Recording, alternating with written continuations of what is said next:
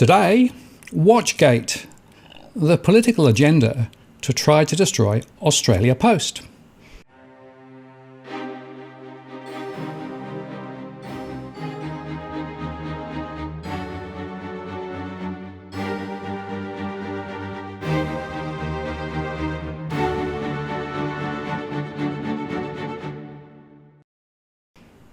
Hello again, it's Martin North from Digital Finance Analytics. Welcome to the latest post covering finance and property news with a distinctively Australian flavour.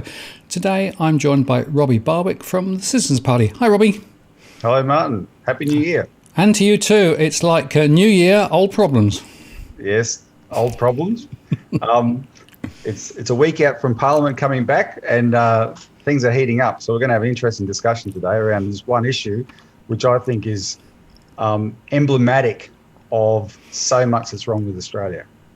Yes, and I think that's really the point, that there is a whole bunch of cross currents below the surface, and yet the mainstream media just reports the very top level in line with, I guess, the political agenda that they want spin. Yep. But the fact of the matter is there's a lot more going on here than meets the eye. Yeah, exactly. So we're talking about the Australia Post Christine Holgate Cartier Watches affair.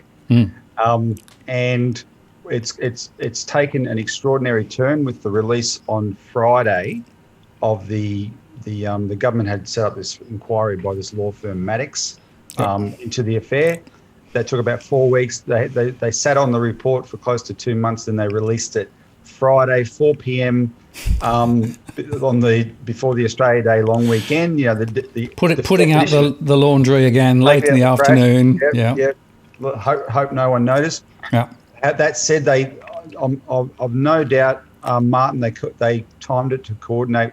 They coordinated the timing with a tabloid media second round of attacks on Christine Holgate. Yep. And we're pushing back, not because we're in a funny position. I mean, Christine Holgate is a fairly wealthy, CEO. And has had a successful career as a CEO, a well-paid Australian businesswoman. Far be it from us to be involved in defending someone like that. But we quickly saw there was a bigger issue at play, and that's it. That's our interest from the beginning. You and I did a show last year called "The Bank That Won't Be Bailed In" about an Australia Post bank. Right? We want to turn Australia into a postal bank. And that's our interest in Australia Post. And that issue does relate to what's happening to Christine Holgate, but the way she's been ambushed, when you know the real story, is completely unconscionable. And it goes to the heart of a lot of the corruption, especially in the major parties, that organisations like us that are trying to engage in a policy debate about how to improve Australia and Australia's economy and reform the banking system, et cetera, keep running up against. And it's always hard to sort of figure out what's going on. Well, this is a case that has the potential to blow that wide open, right? And that's why we're focusing on it. Yes, and I think it's a very good illustration of how political power and business influence combine to drive the interests of both the political party and indeed big business, but not necessarily in the interests of ordinary Australians. No, for sure. So let's go through the elements of what happened, right? So what most Australians have probably heard of is that the CEO of Australia Post bought Cartier watches for executives, and then she denied it was a use of taxpayers' money. And because she misused taxpayers' money like that, there was a bipartisan reaction to her in Parliament, and she was forced to stand aside, and she's since resigned. Right? Good riddance to bad rubbish. This woman splurging taxpayers' money in the worst recession since the 1930s. How dare she? So that's what people were told, and there was a blizzard of that kind of publicity for a couple of weeks at the time, starting the 22nd of October, and it was quite forceful, and it did force Christine Holgate effectively out of Australia Post. Now, let me tell you my version of the events. Now, that's not just my version. This is the truth. But I'm calling it my version because I was watching what happened as it happened and instantly became suspicious without knowing Christine Holgate at all, but I knew one piece of information that I thought was relevant. I was watching Question Time that day in Parliament on the 22nd of October, and I saw Scott Morrison put on the most extraordinary display of outrage I've ever seen. And I could tell it was completely fake, right? He was carrying on. I am appalled at what she did. And I thought, what is behind this? And I knew that he was talking about the Chief Executive of Australia Post. And what made me instantly suspicious is because in my work looking at the history of postal banking, whether Australia Post could become a bank, the background to this idea as a policy idea in Australia, I knew Christine Holgate, as the CEO of Australia Post, had expressed interest in Australia Post becoming a bank.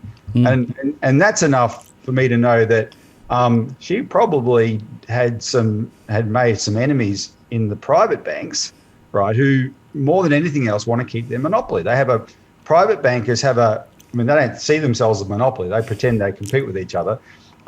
It's at least an oligopoly, but we regard it as a private monopoly because what they hate more than anything else is public competition, right? Whereas we think you've got to have public competition if you're going to just at even a basic level to keep them honest, right?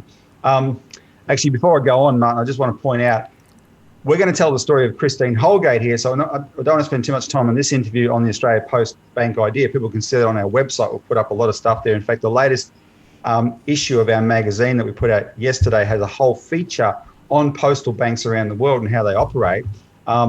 If you want more information, go to our website, citizensparty.org.au. Also, we'll provide there's a petition for an Australia Post Bank that I'll put up, I've shared with you before. Please sign that petition and get involved in the campaign. Help us make phone calls. Subscribe to our publication, the alert service. Get involved. We can actually make this happen. The new incoming US administration includes an enhanced role, funnily enough, for the famous Bernie Sanders, who's now that he's gone from being an independent, he's got the chairmanship of a committee. He's got a bill in the Congress along with Senator Gillibrand for a US postal bank, right? And there's lots of these around the world. And so this is not actually a controversial idea, except if you're a private banker, right? So anyway, get involved in that. But I just wanted to mention that and get that out of the way so we can talk about this particular affair. So, yeah, I was really suspicious and thought that, hang on, this Scott Morrison, I do not regard as genuine in any way. Sorry. I can't think of anything I regard him as genuine on. But anyway, put aside my prejudice, this certainly was not. This was affected outrage that he was putting on for a show in Parliament. And I started digging into it. If I hadn't have seen it live, maybe I wouldn't have. But I immediately found the other side of the story.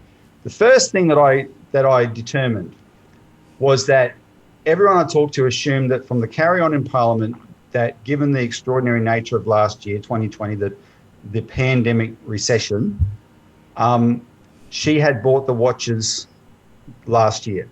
No, she bought the watches in 2018. Had nothing to do with that.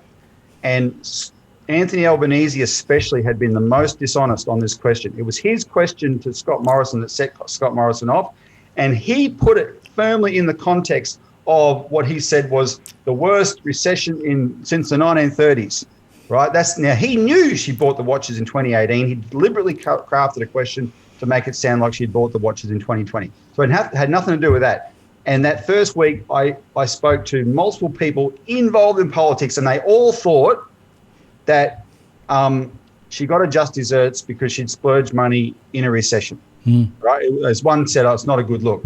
I said, well, it had nothing to do with that. And these political people were shocked. So that's what they absorbed from the media. So why do it in 2018? What was the issue? Well, the issue was she'd come to the job in 2018. She had taken over from a chief executive who really was a waster of taxpayers' money, right? I'll qualify that in a minute. But if you want to call someone a waster of taxpayers' money, her predecessor was a fat cat NAB banker named Ahmed Fahor. He was on more than double her salary.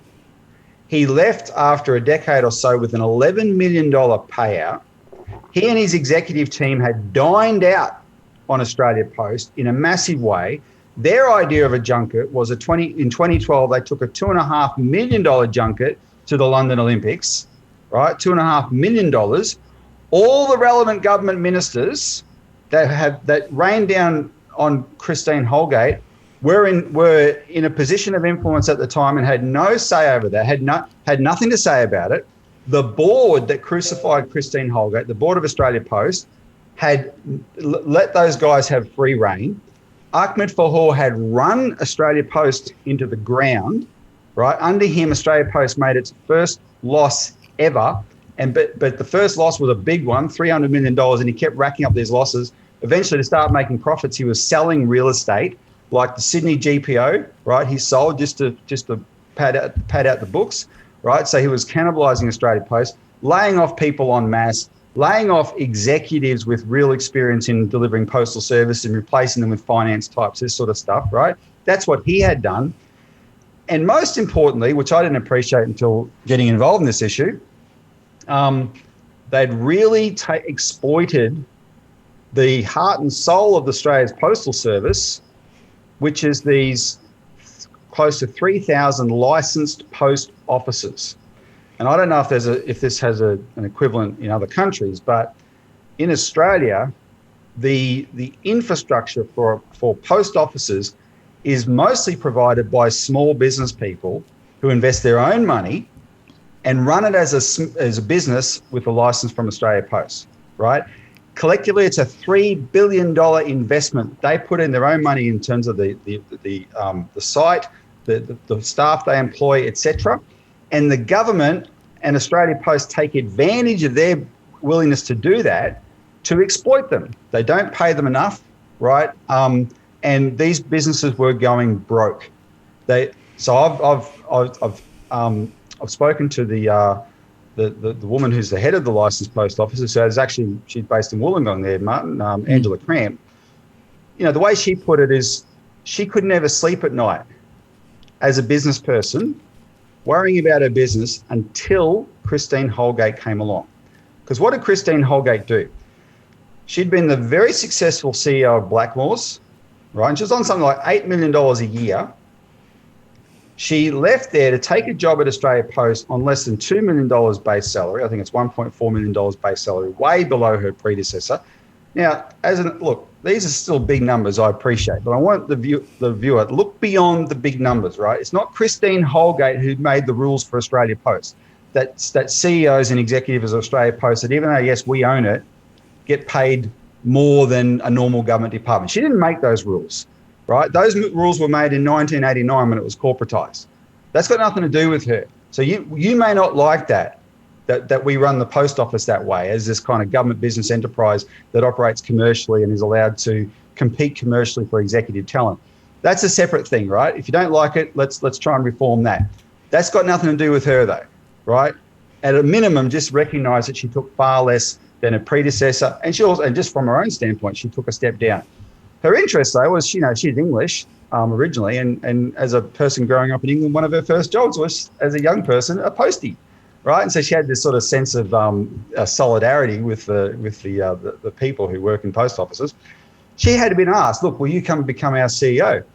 And she went and did due diligence to look at the issue. She even took a trip around the world and visited post offices around the world to look at the question of how do they remain viable in this era where technology means fewer and fewer letters are being sent. Right, and what she discovered was that they kept themselves viable by combining postal services with financial services. And the financial services are very basic, but they're what the public need. They're often replacing banks who are not that interested anymore. They're abandoning their communities, and it works perfectly. And the financial services earn enough income for the postal offices that they can subsidise the postal services and keep the post offices in public hands. And she came to Australia thinking this is a good model. She sat down with the stakeholders. She sat down with the licensed post offices. She went and visited 150 post offices incognito and just checked out how they operated before she took the job. And she decided this worked. And that's what she set out to do. right? Now, in doing so, she had to make the banks pay more money. What the post office has this service called Bank at Post, and it's a good service.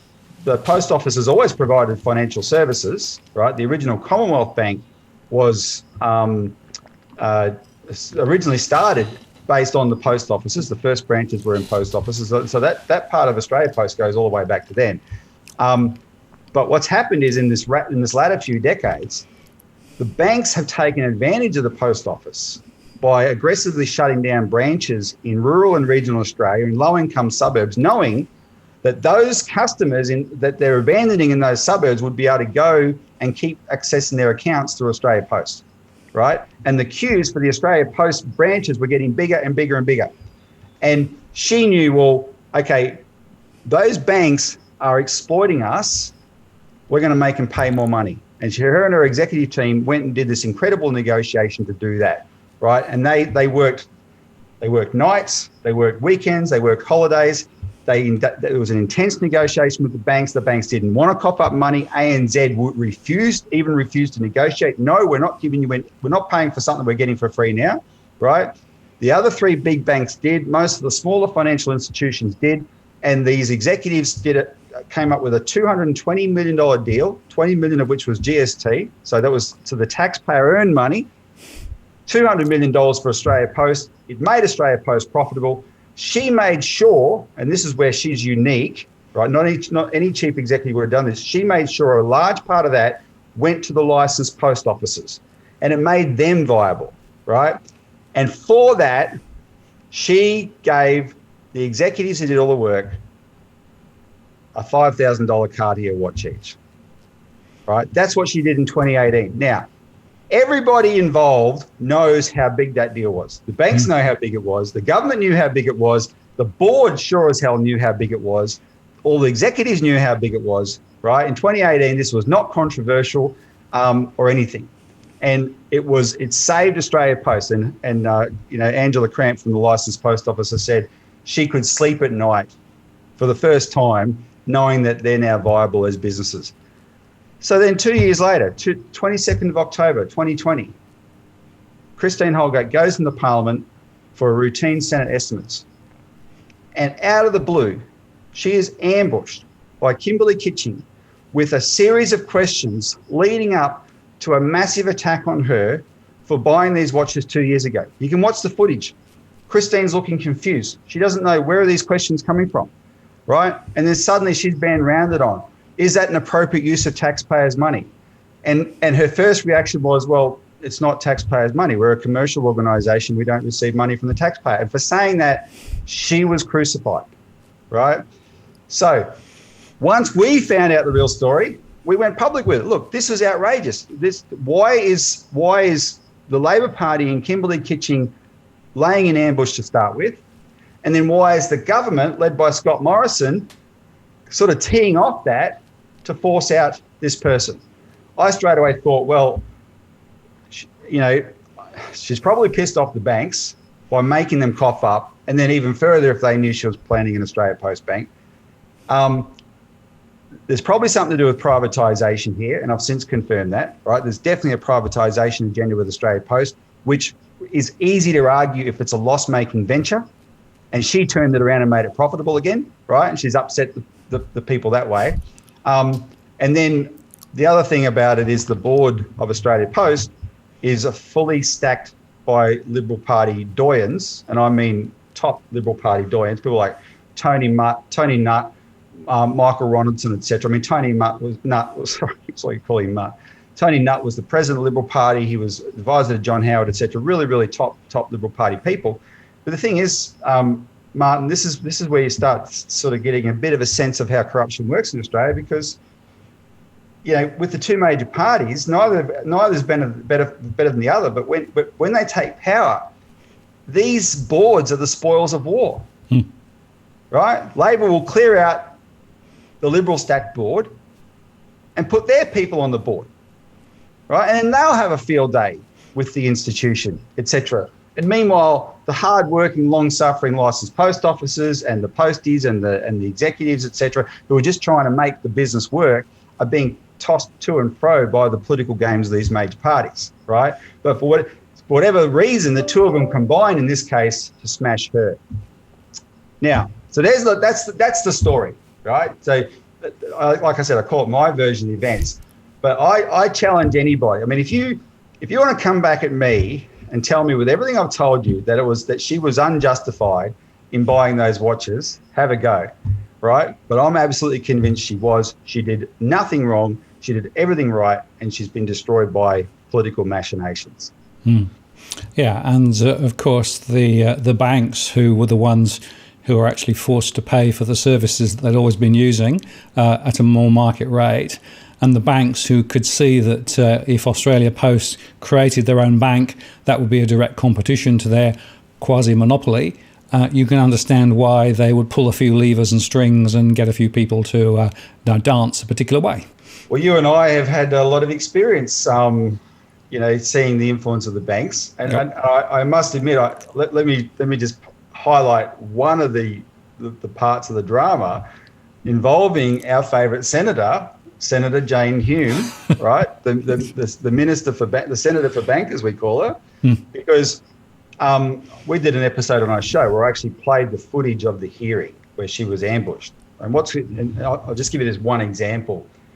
Kimberly Kitchen, who's such a dirty operator, at one point she attacks the chief financial officer who's there at the hearing for the fact that he didn't know, he couldn't tell her which credit card the watches had been bought on 2 years earlier.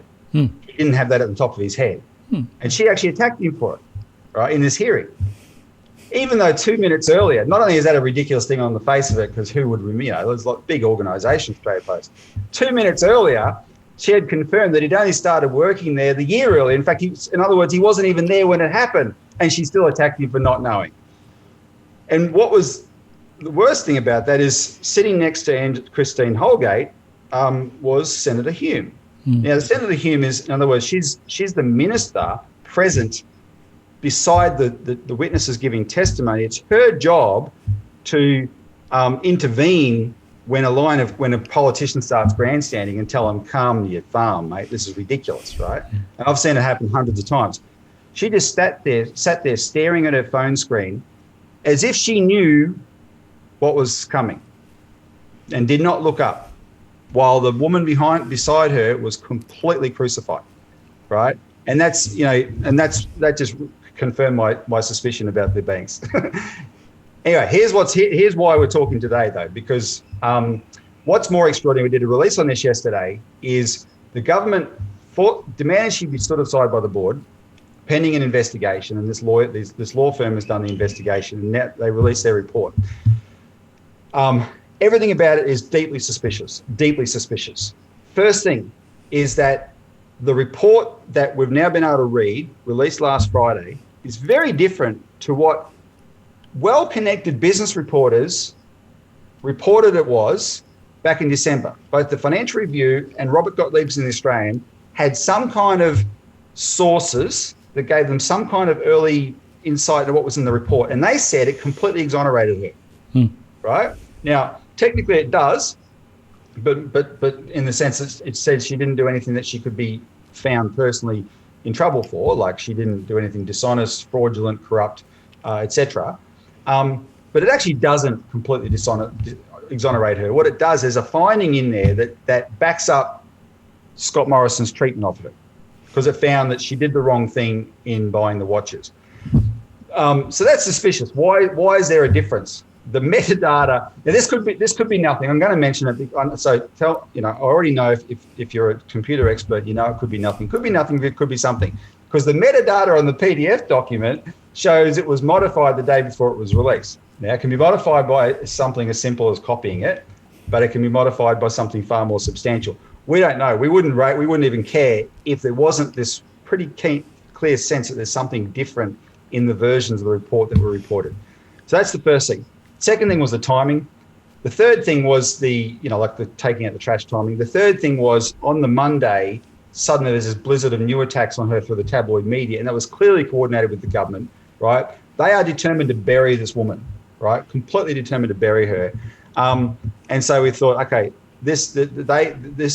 what Scott Morrison's doing here is he's trying to take back control of the story, because our campaign, we called it the 3 Rs. We said they need to release the report, replace the board, and reinstate Christine Holgate. And this was a victory for the first of those 3 Rs. They released the report.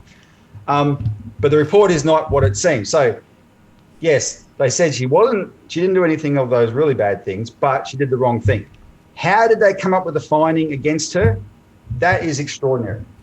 First, Maddox Lawyers is an establishment law firm, and they do a lot of work for the government. And they actually boast on their website that they're very attuned to the political nuances of their client. In other words, we will give you the report you want, right?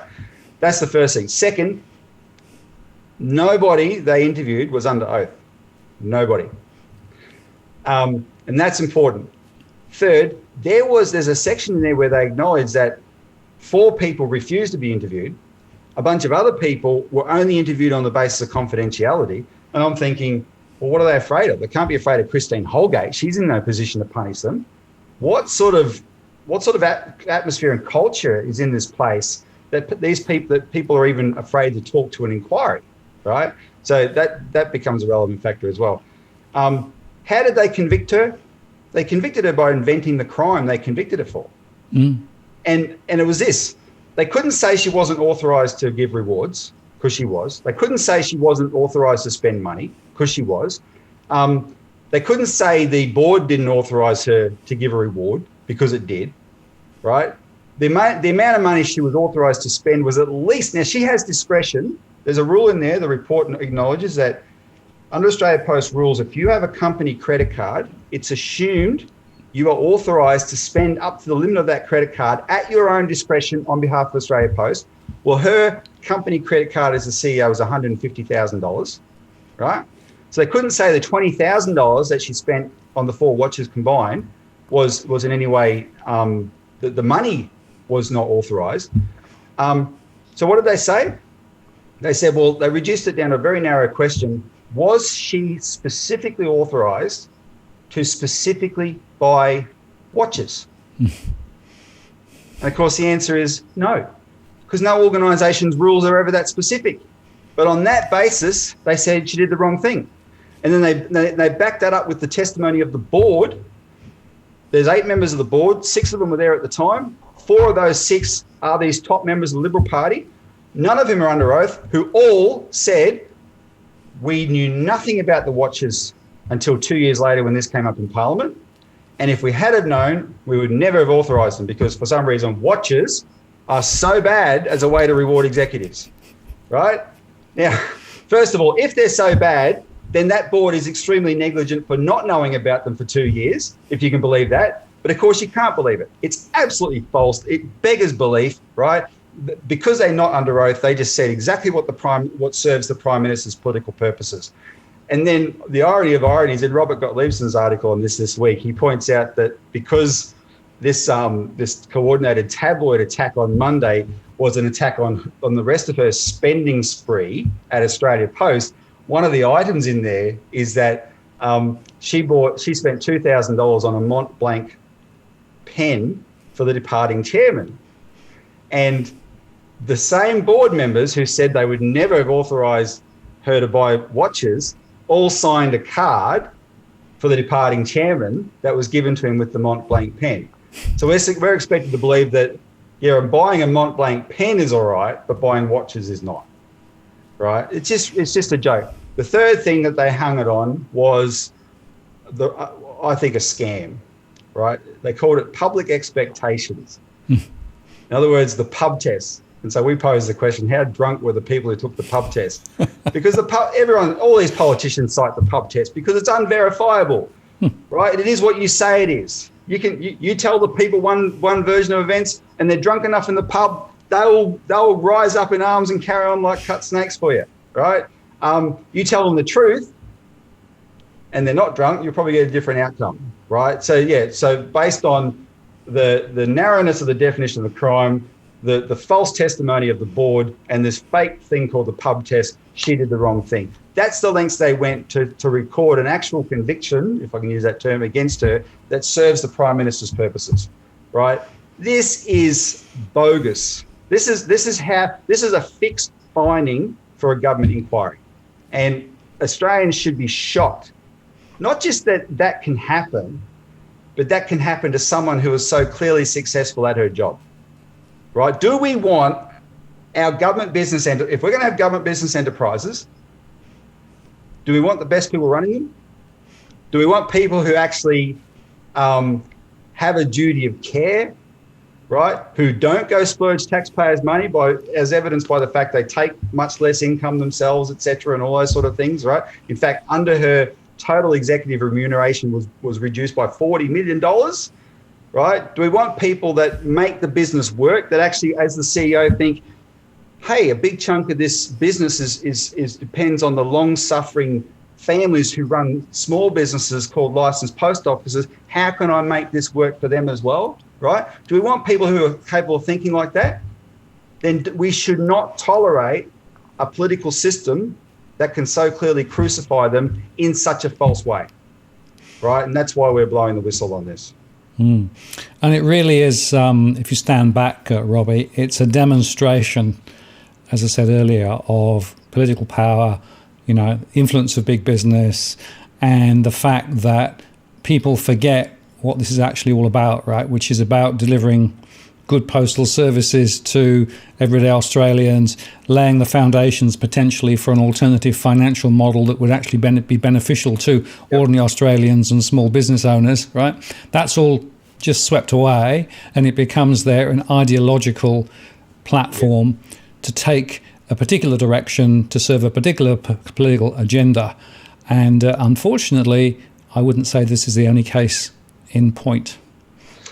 I'm sure it's not. I'm absolutely sure it's not. Like I said, our interest in this is because we see a real potential in Australia Post becoming something that would be incredibly valuable to Australia as a provider of financial services.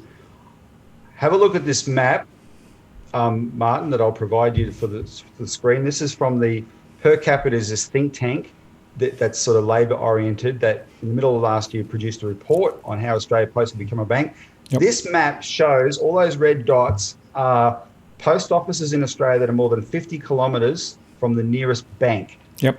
And look at the spread. It's spread out all around Australia.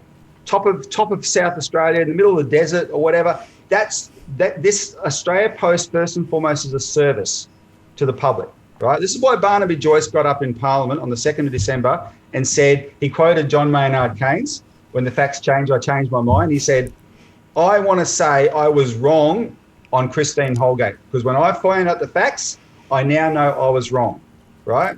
And it was a licensed post office who presented those facts to him. Let me just quote you the former chairman. His name's John Stanhope.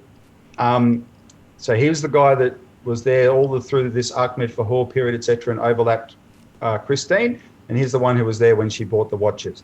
And in this report, frankly, he threw her under a bus because he keeps trying to claim he can't remember knowing anything about the watches per se. But on the 24th of October in the Financial Review, which was basically 2 days after Scott Morrison's attack on her in Parliament, John Stanhope actually acknowledged, he said, these executives did a brilliant job. The deal was really, really good. That's why he said that's why the board agreed with me that they deserved a reward. And then he said, I do think Christine has been caught up in some kind of wider play, right? And that's the issue. And now in the actual report, he then ducks for cover and tries to, let her take all the flack. But that's the most telling statement in this whole saga. She's definitely been caught up in some kind of wider play.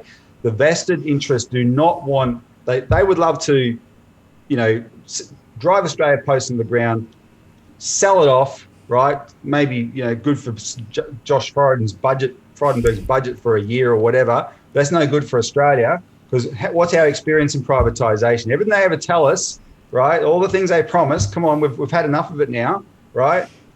These are things of value that you lose, right? Because once it's private, it's got to be, profit is everything, right? Nothing's more important than profit, and then it's all rationalised, and you won't see that distribution across Australia anymore. That map shows it'll all be concentrated just in the big cities, like every other damn financial institution, right? That's what you lose if you lose Australia Post. But that's what these short-sighted politicians will do. And she's like, someone just, sincerely doing a job has wandered onto a firing range, right? And for no fault of her own, just been blasted to death. And that quote from the chairman actually confirms that. So look, let's not take this lying down. Our campaign is for an Australia Post bank. But as part of that, we are going into bat for Christine Holgate. And in doing so, it's not just her, it's the viability of Australia Post. It's the viability of the licensed post offices. Go and meet your local licensed post office viewer, right? Tell them you've seen this show. Ask them what their life is like. Ask them what they think of Christine Holgate. They love her. I've never seen anything like it. The 3,000 of these businesses, they are absolutely in support of her because they know what a difference she made to their businesses, right? And it's the whole package that we're trying to save here because Australia needs these kinds of services and infrastructure if we're going to function as a nation. Absolutely, Robbie. Well, I appreciate your time today. We call this Watchgate, and I think that's a very apt name from all sorts of reasons. Yeah. We'll put the links and things in below, and we'll keep an eye on this because I do think this is an important case study in the way that Australia and Australian politicians behave, and we need to hold them to account. We do, or else they'll just keep doing it. Exactly. Thanks very much. We'll talk to you again soon. Thanks, Martin. Cheers.